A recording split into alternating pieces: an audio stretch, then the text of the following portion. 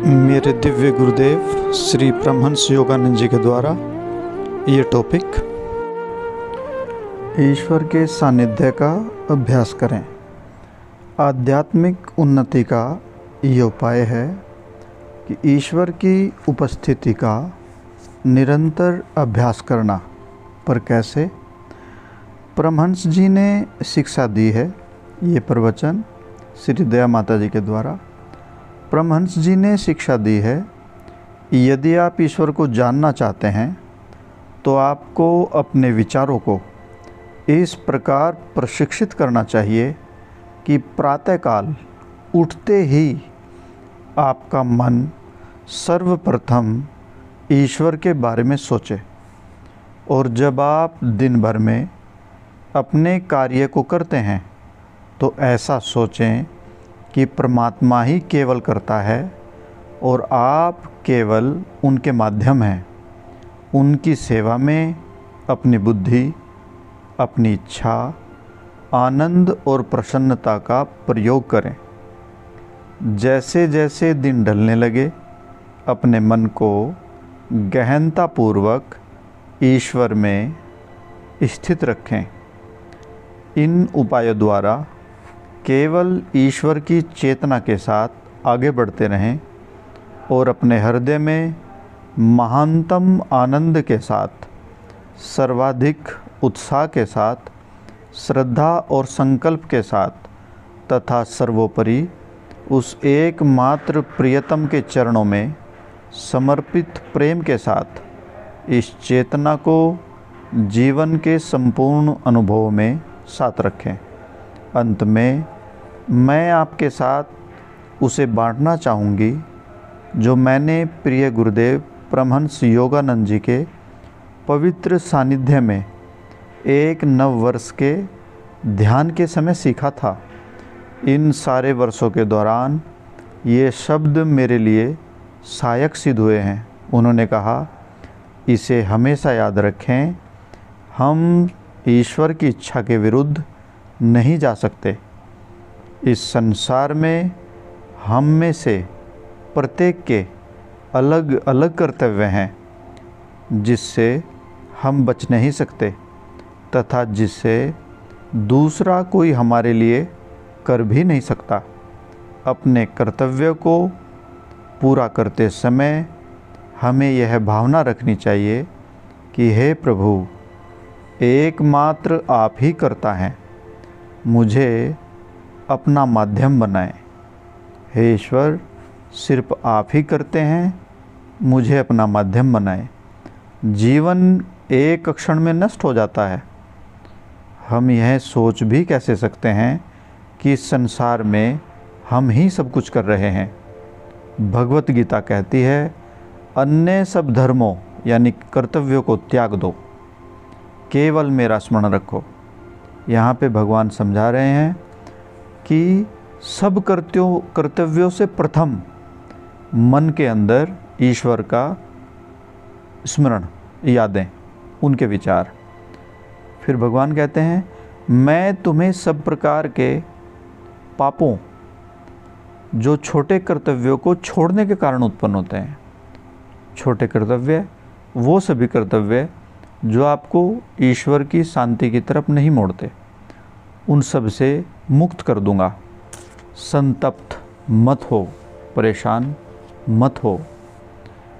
प्रतिदिन यथासंभव सर्वोत्तम करने की चेष्टा करें।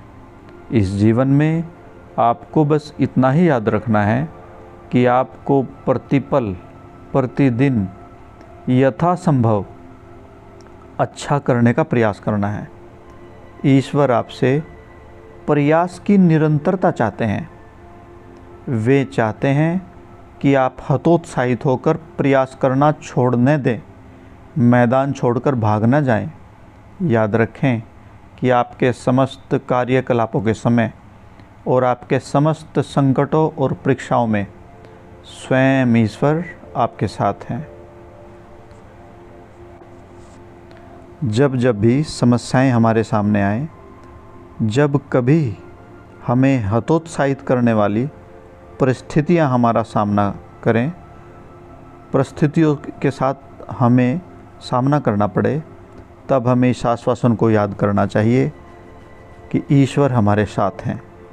द्वैत इस संसार की प्रकृति है, यानी कि द्वैत सुख और दुख, लाभ और हानि, यश और अपयश। द्वैत इस संसार की प्रकृति है। नकारात्मक पक्ष पर कभी भी विचार न करें। हमें अच्छे और बुरे को ईश्वर में दृढ़ विश्वास के साथ स्वीकार करना चाहिए। जैसा कि गुरुजी ने सिखाया, हमें समझ लेना चाहिए कि जो भी परिस्थितियाँ हमारे जीवन में आती हैं, वे आशीर्वाद में बढ़ाए गए ईश्वर के हाथों की छाया मात्र है। जीवन में प्रत्येक घटना को एक ही चेतना से देखना चाहिए कि हे प्रभु, आप ही करता हैं। आप ही के हाथों से मुझे प्रेम भरा दुलार और फटकार दोनों ही प्राप्त होती हैं, क्योंकि आप जानते हैं कि मेरे लिए सर्वोत्तम क्या है। आप ही मेरे मित्रों के द्वारा, हे ईश्वर, आप मुझे प्रेम करते हैं, और जो मुझे अपना शत्रु समझते हैं उनके द्वारा, हे ईश्वर, आप ही मुझे अनुशासित भी करते हैं।